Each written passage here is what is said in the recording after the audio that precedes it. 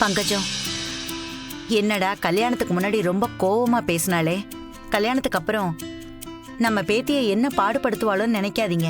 இனிமே உங்க பேத்தி என் பேத்தி மாதிரி. இந்த கல்யாணம் நல்லபடியா நடக்கணும்னா சாஸ்திர சம்பிரதாயம் எல்லாம் நல்லபடியா நடக்கணுங்கிறதுக்காகத்தான் நான் உங்ககிட்ட அப்படி பேசினேன். எதையும் நீங்க மனசுல வச்சுக்காதீங்க. அம்மா, எவ்வளவு பெரியவங்க நீங்க, இவ்வளவு தன்மையா பேசுவீங்கன்னு நான் கொஞ்சம் கூட எதிர்பார்க்கல. அதான் சொன்னேங்க, என் பேரனுக்காக தான் எல்லாமே. நல்லா புரியுதும்மா.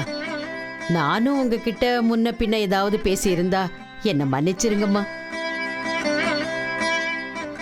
ஏமா மன்னிப்பெல்லாம் கேக்குறீங்க? நம்ம எல்லாரும் ஒரே குடும்பமாயிட்டோம். நீங்களும் உங்க பேத்திக்காக தான் எல்லாம் பண்ணீங்க. ஆமாம்மா, உங்களை மாதிரியே எனக்கும் என் பேத்தின்னா உசுறு. அவ நல்லா இருக்கணுங்கிறதுக்காக தான் நான் அப்படி நடந்துக்கிட்டேன். அப்ப நம்ம 2 பேரோட நோக்கமும் ஒண்ணுதான். தாலி கட்டுற வரைக்கும் சண்டை, அதுக்கப்புறம் பத்தி எப்படி கொஞ்சிக்கிறாங்கன்னு. சந்தோஷ், இவங்க போட்டுக்கிட்ட சண்டையில இந்த கல்யாணம் நடக்குமா நடக்காதான்னு எனக்கு எவ்வளவு பயமா இருந்துச்சு தெரியுமா? நீ வேற, எனக்கும் அதே பயம்தான். ஆனா இப்ப பாரு, இவங்க 2 பேரும் சேர்ந்து நம்மள முட்டாளாக்கி இருக்காங்க. என் பாட்டி அப்படி பேசினாங்க, இன்னைக்கு என்னடானா அவங்க கூட ஃப்ரெண்ட் ஆயிட்டாங்க. ஆனா இதுதான் உண்மையான பாசங்கிறது.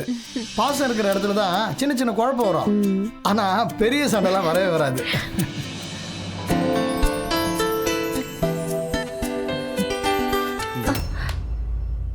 என்ன பண்ற?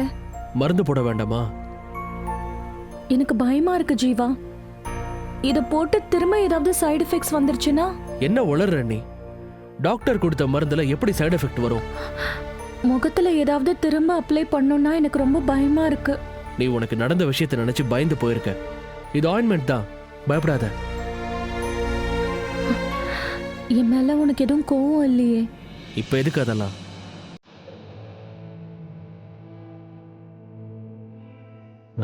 எரியுதா? இல்ல.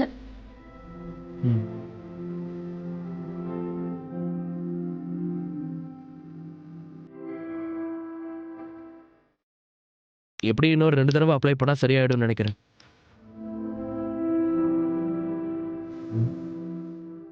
ஏய், என்னாச்சு? ஏன் அப்படி பாக்குற? என் மேல உனக்கு அவ்வளவு பாசமா? பாசம் இல்லாம நான் உன்னை கல்யாணம் பண்ணிக்கிட்டேன். நான் உன்னை இவ்ளோ எடுத்தறிஞ்சு பேசியும் என் மேல உனக்கு பாசம் போலியா? அது எப்படி போகும்? அது உன்னோட நேச்சர். அதை நீ மெல்ல மெல்ல மாத்திப்பன்னு எனக்கு நம்பிக்கை இருக்கு. அது வேற. நான் உன் மேல வச்சிருக்கிற லவ் வேற.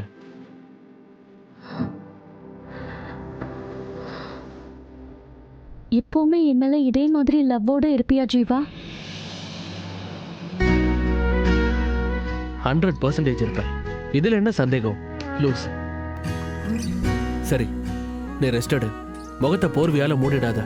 கொஞ்ச நேரம் மருந்து ஆறட்டும். எல்லாம் தானா சரியா போயிடும். ஓகே? ஜீவா,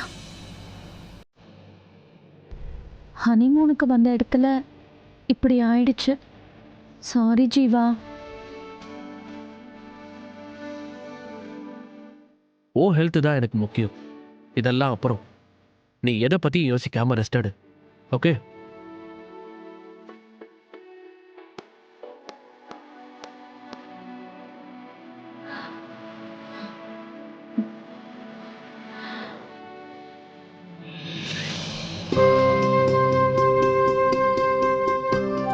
ஒரு நிமிஷம், ஒரு முக்கியமான விஷயம் சொல்லணும். சொல்லுங்க ஐயரே. மாப்பிள்ளை வீட்டுல செய்ய வேண்டிய மாப்பிள்ளை சடங்கெல்லாம் எப்ப செய்ய போறீங்க? இப்போ அதுக்கு தான் கிளம்பிட்டு இருக்கோம். அதைத்தாம்மா சொல்ல வந்தேன். இன்னைக்கு நேரம் நல்லா இல்ல.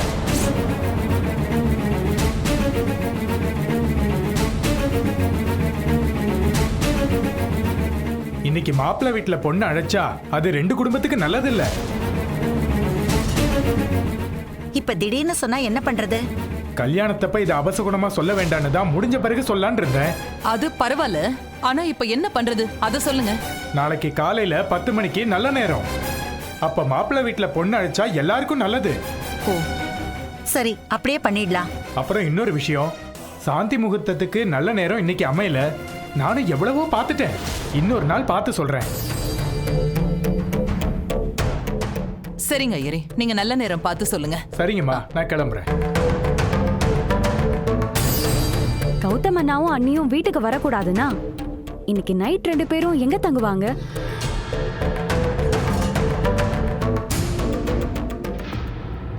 அது பிரச்சனை இல்லை. இன்னைக்கு ஒரு நாள் நைட் மட்டும் வெளியில தங்க வச்சுக்கலாம். கரெக்ட் சந்தோஷ், இதுக்கான ஏற்பாடெல்லாம் நீயே பாத்துக்கோ. ஆ மத்த சடங்கெல்லாம் ஐயர் சொன்ன மாதிரி நாளைக்கே வச்சுக்கலாம்.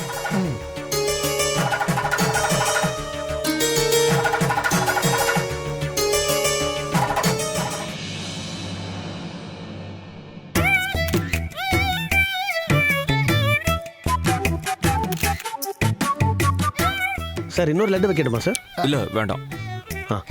தம்பி, அவன் வேணாம் வேணாம்னா வேணும் வேணும்னு அர்த்தம். நீ வை. இன்னொன்று வேணுமா சார்? இன்னொரு 4 எடுத்து வை.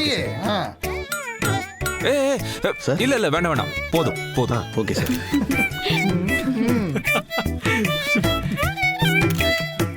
சார், மேடத்துக்கு ஸ்வீட் கொடுங்க சார்.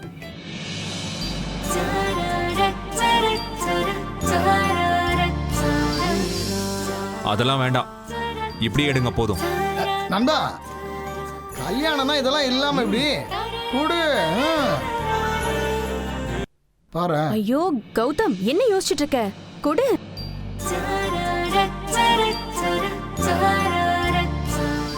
அண்ணே, நாங்க உங்க கூட சாப்பிட உட்கார்ந்தது இதெல்லாம் பார்க்கதான். லட்டு கொடுங்கண்ணா, கொடுங்க. வந்து வாங்கிக்கமா. கொடு. என்ன?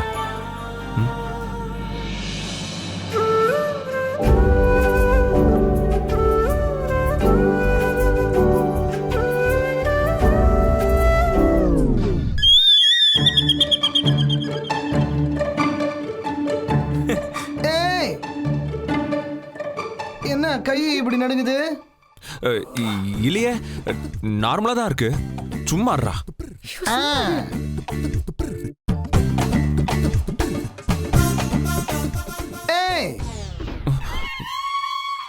என்னடா இப்படி கொடுக்குற? வேற எப்படிடா? டேய், கல்யாணத்தப்போ பொண்டாட்டிக்கு ஊட்டி விடுறதுக்குன்னு ஒரு முறை இருக்கு.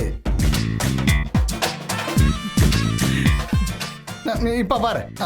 அப்புறம் ஓகே.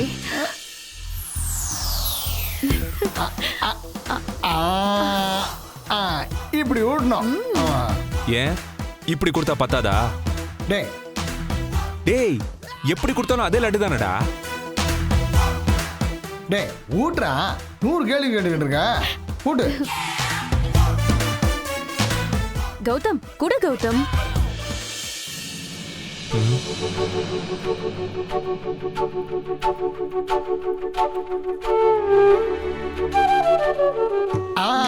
போட்டோ எடு, போட்டோ எடு.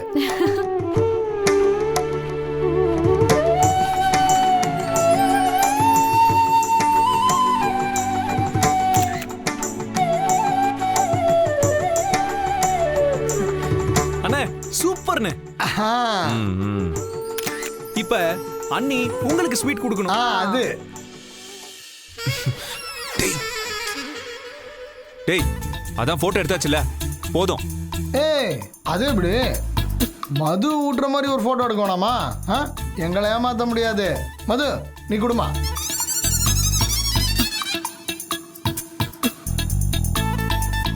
டேய்,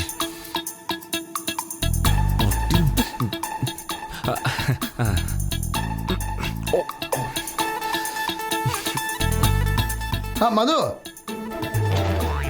நீ தலை சுத்திலாம் கொடுக்க வேணாமா? இரு. அப்புறம் நீ கொடு.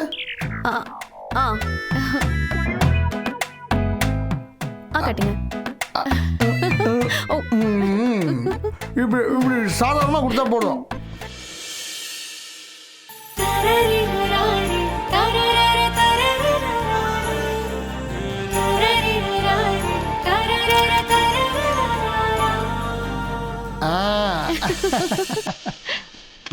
போதும். Okay sir.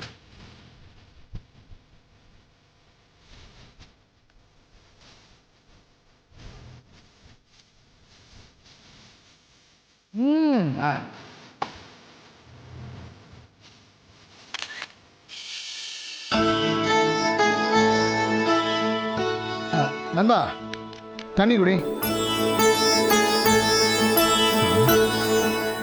ஏண்டா நம்ம வீட்டுக்கு போகிறதுக்கு இந்த சாஸ்திரம் சம்பிரதாயம்லாம் பார்க்கணுமா? இன்னைக்கே போனா என்ன? அதே வீடு, நாமளும் அதே தான். இதுக்கு போய் நேரமும் நாளும் பார்க்கணுமா? நண்பா, சாஸ்திர சம்பிரதாயம்னா அதுல 1000 விஷயம் இருக்கும். அதெல்லாம் நமக்கு தெரியாது. ரொம்ப யோசிக்காம பெரியவங்க சொல்றத கேளு. ஏய், வீட்டுக்கு போறதுக்கு இந்த சாஸ்திரம் சம்பிரதாயம் எல்லாம் தேவையான்னு கேக்குறேன். அதுக்கு உன்கிட்ட பதில் இருக்கா இல்லையா? ஏய், இன்னைக்கு ஒரு நாள் நண்பா உன்னோட அனலைஸ் பத்தி ஒதுக்கி வச்சிரு. ரொம்பலாம் கேள்வி கேட்காத, புரியுதா? டேய், இப்ப நைட்டு ஃபுல்லா நான் எங்கடா தங்குறது? அதுக்கு பக்காவா அரேஞ்ச்மெண்ட் பண்ணியாச்சு. ஸ்டார் ஹோட்டல்ல உனக்கும் மதுமிதாக்கும் ரூம் புக் பண்ணிருக்கேன். தனித்தனியா தானே புக் பண்ணிருக்க? இல்ல இல்ல, ஒரே ரூம் தான் புக் பண்ணிருக்கேன். டேய், ஒரே ரூமா? ஒரே ரூம்ல எப்படி அவளோட தங்குறது? டேய், உனக்கு கல்யாணம் முடிஞ்சிருச்சு. மதுவும் பொண்டாட்டிடா, நீ அவ புருஷன். 2 பேரும் ஒன்னா தங்காம வேற என்ன பண்ணுவீங்க? ஏண்டா, வேற வேற ரூம் போட்டுக்கலாம்ல? நான் வேணா வேற வேற ஹோட்டல்ல வேற வேற ரூம் புக் பண்ணுவா. டேய், இதுவும் நல்ல ஐடியாடா. விட்டேனா நல்ல ஐடியாவா? டேய், ஒரே ரூம்ல தான் இன்னைக்கு 2 பேரும் தங்குறீங்க, புரியுதா? சரி, அட்லீஸ்ட் பெட்டாவது தனித்தனியா இருக்குல்ல? டேய், ஏன்டா பாடா படுத்துற? ஒரே பெட்டு தான்டா, அதில் நீ படுத்து தான் ஆகணும். டேய், அது எப்படிடா? ஒரு மாதிரியா இருக்காது? மாதிரியா? அதெல்லாம் ஒன்றும் இருக்காது. என்னமோ நீ தான் அந்த உலகத்திலே முத கல்யாணம் பண்ணிக்கிற மாதிரி ரொம்ப ஓவரா பேசாத. எல்லாம் ஏற்பாடு பண்ணியாச்சு, ரெடியாரு, கிளம்பி வா. நானும் மதுமிதாவும் எங்க குடும்பத்துக்காக தான் இந்த கல்யாணத்துக்கே ஒத்துக்கிட்டோம். அப்படி இருக்கும்போது ஒரே ரூம்ல எப்படி அவங்க கூட தங்குறது?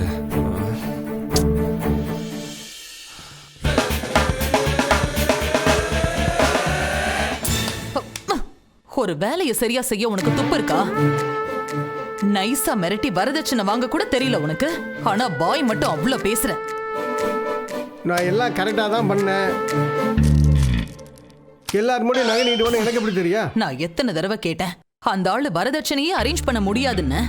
ஆனா அந்த ஆளு எப்படி ஏற்பாடு பண்ணா அத சொல்லு. எனக்கு அதான் புரியல. பணத்தை சம்பாதிக்கலினாலும் ஆளை சம்பாதிச்சு சொல்றான்.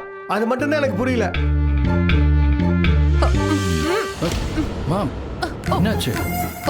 என்னென்ன சாப்பாடு இது இவ்வளவு கன்றாவியா இருக்கு? இத திங்கறதுக்கு தான் நீ இவ்வளவு அலப்பற பண்ணியாக்கும்.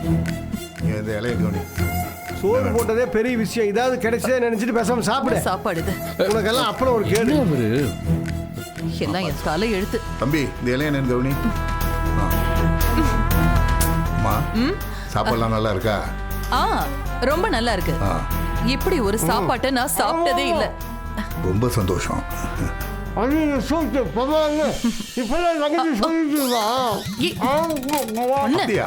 இதோ டேய் தம்பி, சார் லட்டு எடுத்துட்டு வா.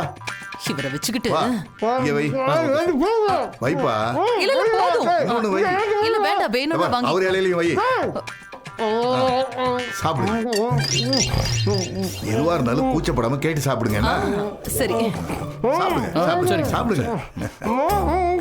நீ சாப்பிடு. நான் போயிட்டு வரேன் தம்பி. மாப்பிள உட்காருங்க. மாப்பிள நீங்களும் உட்காருங்க. உட்காருங்க. மாப்பிள, வரதட்சணை தான் வேண்டான்னு சொல்லிட்டீங்க. இப்ப நான் கொடுக்க போறத மறுக்காம நீங்க வாங்கிக்கணும். என்ன இது புதுசா இருக்கு? அப்படி என்னத்தை கொடுக்க போறா? ஒருவேளை பூர்வீக சொத்தா இருக்குமோ? நான் கெஸ் பண்ணவா? எனக்கு தெரிஞ்சு சென்னை ஏர்போர்ட்டை கௌதம் பேருக்கு எழுதி வைக்க போறாருன்னு நினைக்கிறேன். ஆனா மாப்பு, சென்னையில ஏர்போர்ட் இருக்குதுங்கிறதாவது இந்த தாரிகார சாருக்கு தெரியுமா? மாப்பிள, கல்யாணம் ஆகி போகும்போது மாப்பிள்ளைக்கு ஒரு சின்ன கிஃப்டாவது கொடுக்கணுங்கிறது எங்களுடைய வழக்கம். அப்படி ஒரு கிஃப்டை தான் நான் உங்களுக்கு கொடுக்க போறேன். என்னை பொறுத்த வரைக்கும் இது ஒரு பொக்கிஷம் மாப்பிள. ஆமா மாப்பிள, இதுல என் பொண்ணோட வாழ்க்கை அடங்கி இருக்கு. இந்தாங்க மாப்பிள.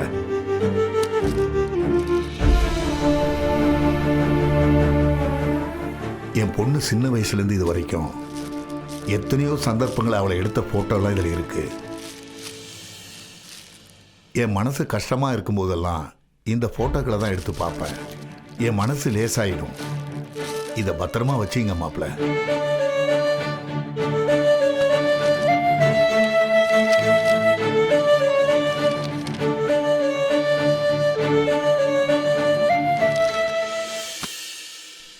இதை கொடுக்க தான் இவ்வளோ பில்டப்பா? இந்த தாடிக்காரன் சென்டிமெண்ட்டை ரொம்ப ஓவரா புளிறான்ப்பா, கொஞ்சம் அடக்கி வைக்கணும். ஒரு பொண்ணோட அப்பாவா இந்த கல்யாணத்தில் நான் ஏதாவது குறை வச்சிருந்தா என்னை மன்னிச்சிருங்க மாப்பிள்ள. சேச்சே, அப்படியெல்லாம் ஒன்றும் இல்லை. இங்க பாருங்க, உங்களால முடிஞ்ச அளவுக்கு சிறப்பாக பண்ணீங்க. உண்மையை சொல்ல போனா இப்படி ஒரு கல்யாணத்தை நான் பார்த்ததே இல்லை.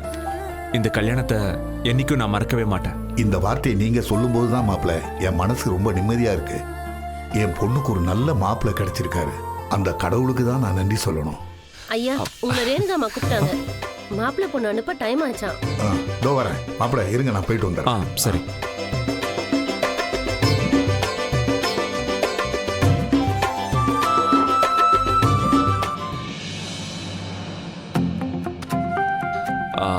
மதுவோட அப்பா மதுமிதாவோட சின்ன வயசு போட்டோஸ்லாம் கொடுத்துருக்காருடா. நானும் பார்த்தேன்டா. எப்படிப்பட்ட மனுஷன்டா. இப்படிப்பட்ட குடும்பத்தில் நீ பொண்ணு எடுக்கிறதுக்கு ரொம்ப கொடுத்து வச்சிருக்கணும்.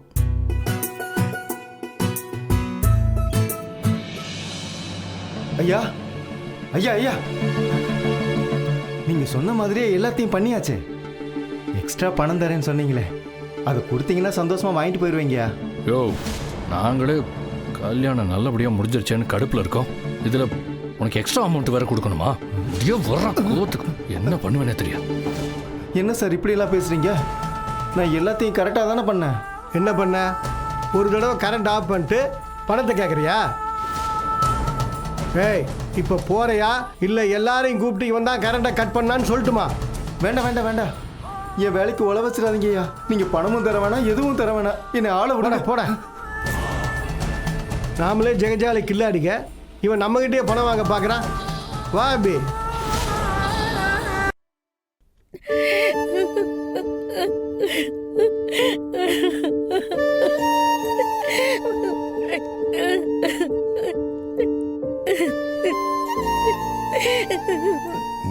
ரேணுகா, மாப்பிள்ளை பொண்ணு அனுப்புறதுக்கு டைம் ஆச்சுன்னு நீ கூப்பிட்டதான் வந்து சொன்னாங்க. நீ என்னடா உட்காந்து அழுதுகிட்டு இருக்க?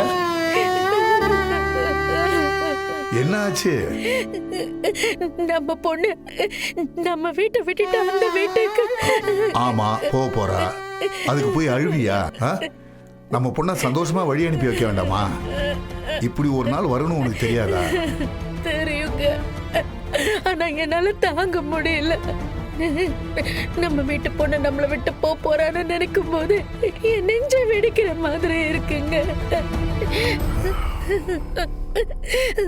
அவளை பிரிஞ்சு நாம எப்படிங்க இருக்க போறோம்? சரி, அழாத. கஷ்டமே தெரியாம நாம மதுவை வளர்த்தோம். அவ ரொம்ப அப்பாவிங்க. வெளி உலகம்னா என்னன்னே அவளுக்கு தெரியாது. அந்த வீட்டுல அத்தனை பேர் இருக்காங்க. எப்படிங்க இவ எல்லாரையும் சமாளிக்க போறா? எனக்கு நினைச்சாலே ரொம்ப பயமா இருக்குங்க. ஏன் இல்ல அதெல்லாம் கற்பனை பண்ணிட்டு இருக்க? அதெல்லாம் நல்லா தான் இருப்பா. அவளை பாத்துக்கிட்டு தான் நம்ம மாப்பிள்ள இருக்காருல்ல, அப்புறம் என்ன? ஆனாலும் பாவங்க நம்ம பொண்ணு. பொண்ணுங்களுக்கு மட்டும் ஏன் இந்த கஷ்டம் வருதோ? ஏன் நீ கஷ்டம்னு நினைக்கிற? நம்ம பொண்ணு அந்த வீட்டுக்கு போய் நம்மளெல்லாம் தலை நிமிர வைக்க போறான்னு நினை. அது உனக்கு பெருமை இல்லையா? பார், நீ இப்படி கல்யாணம் ஆகி வந்தவ தானே, உனக்கு நான் சொல்லி தரணுமா? ஆனா இது நான் பெத்த பொண்ணுங்க. சரி சரி, கண்ணை தொடச்சிட்டு வா, எல்லாம் சரியாயிடும். கண்ணை தொடச்சிக்க. வா போலாம், வா.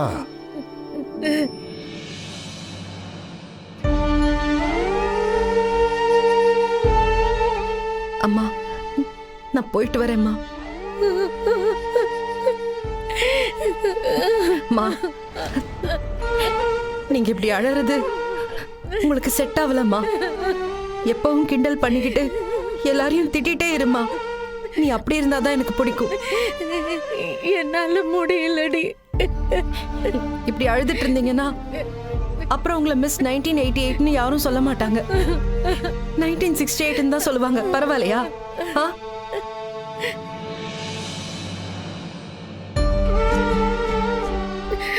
மது, உன்னை விட்டுட்டு நான் எப்படி இருக்க போறேன்? உங்க எல்லாரையும் விட்டுட்டு நான் எப்படி இருக்க போறேன்னு தெரியலம்மா. அம்மா, வீட்டுல எதை பார்த்தாலும் ஊன் ஞாபகம் தாம்மா எனக்கு வரும். அம்மா, நான் இல்லைனாலும் நீங்க கஷ்டப்படக்கூடாதுன்னு 2 நாளைக்கு ஒரு தடவை அயன்காரரை வந்து அயன் வாங்கிட்டு போக சொல்லியிருக்கேன். பால்காரர்கிட்டையும் சொல்லிட்டேன். நீங்க எந்த வேலையும் செய்ய வேண்டாமா. அப்பாவை மட்டும் பாத்துக்கோங்க, அது போதும்.